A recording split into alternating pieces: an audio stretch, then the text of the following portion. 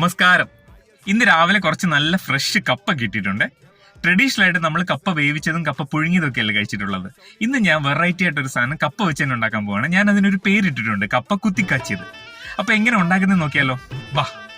കുറച്ച് ഇഞ്ചി, വെളുത്തുള്ളി, കൊച്ചുള്ളി, വറ്റൽമുളക്, കറിവേപ്പില, തേങ്ങ. വറ്റൽമുളക്, ഉള്ളി, ഇഞ്ചി ഒന്ന് ചതച്ചെടുക്കാം. ഇനി പാനിനകത്തോട്ട് വെളിച്ചെണ്ണ ഒഴിച്ചിട്ട് കുറച്ച് സവാള ഫ്രൈ ചെയ്തെടുക്കാം. ഒരു പിടി കറിവേപ്പിലയും കൂടി ഇട്ട് കൊടുക്കാം. ഒരു ഗോൾഡൻ ഫ്രൈ ആവണം. ഈ പരുവാകുമ്പോൾ നമുക്കത് കോരി മാറ്റി വെക്കാം. ഇനി അതേ പാനിൽ തന്നെ കുറച്ചുകൂടി വെളിച്ചെണ്ണ ഒഴിച്ച് ജീരകം പൊട്ടിച്ച് അതിലേക്ക് തേങ്ങ കൊത്തും കൂടി ഇട്ട് വറുത്തെടുക്കാം. ചതച്ച് വെച്ചേക്കുന്ന ഉള്ളിയും വറ്റൽമുളകും കൂടി ചേർത്ത് കൊടുക്കാം. തേങ്ങ ചേർത്ത് കൊടുക്കാം. ഒരു ചെറിയ സ്പൂൺ കാശ്മീരി ചില്ലിയും കൂടെ ചേർക്കാം. ഇത് ഞാൻ ഉപ്പ് മാത്രം ഇട്ട് വേവിച്ച് ഊറ്റിയെടുത്ത കപ്പയാണ്.